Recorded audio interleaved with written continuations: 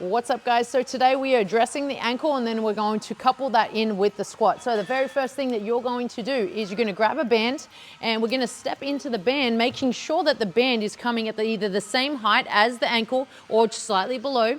And I'm going to place this band just underneath these two bones in my ankle joint here.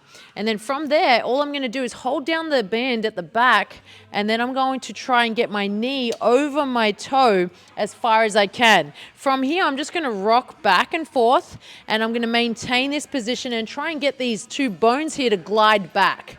This is going to help me with my squat position to ensure that I'm actually able to get my knees over my toes. Now, how I'm going to apply this now is I'm actually going to set myself up to have two bands, one on each foot, and I'm going to get myself up on a box. Reason for that is because I want the bands to be coming from a slightly lower angle. Now I'm in my squat stance here, and then I'm actually going to move through the range of motion, and I can swivel now, and because I've got the box, I've got the ability to then kind of grab a little bit of leverage here, rotate, get my knee to come up over my toes there. Same thing on the other side, and I'm just swiveling, right? I'm going to move left to right, and then I'm going to add some good quality squats here where I'm trying to get into the depth. I'm letting my hips drop as low as I can here. I'm going to hold this position, and I should feel like this ankle joint is kind of starting to glide a little bit and giving me the capacity to get my knees over my toes, my butt down, right? So after we're finished with that, we're then going to come out of that and then come over to a barbell where I have now the ability to get into the squat. Now, what most people don't realize is that with squatting, as soon as the bar gets heavy, we change the technique, but we don't want to do that. So I'm going to have my feet shoulder width distance, my toes are always slightly pointing out. My hands are just outside my shoulders.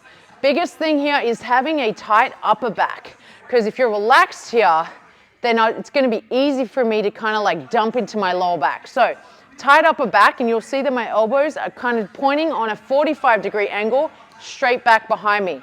As I descend, as I come down into the squat, my hips will go back and down, not just back, but back and down. My knees will come over my toes. My butt will drop below parallel, and you'll see that my ankle has now the flexibility, the mobility to actually allow me to be in this position. And now if you look at me from the side here, the angle of my shin here is the exact same angle as my hip to my shoulder. And then I'll come up. As I rise out of it, I squeeze my butt forward and I stand all the way back. So I'll show you a few reps. And the most important thing here is bracing. If I don't brace my core, I'm not going to allow myself the full capacity of what my squat could be like. So I'm going to expand my midsection here.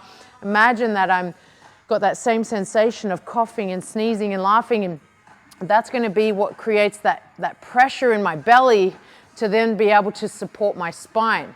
So mobilize the ankles first, get that band and get that distraction going, move over to a barbell, sit into as deep of a squat as you can.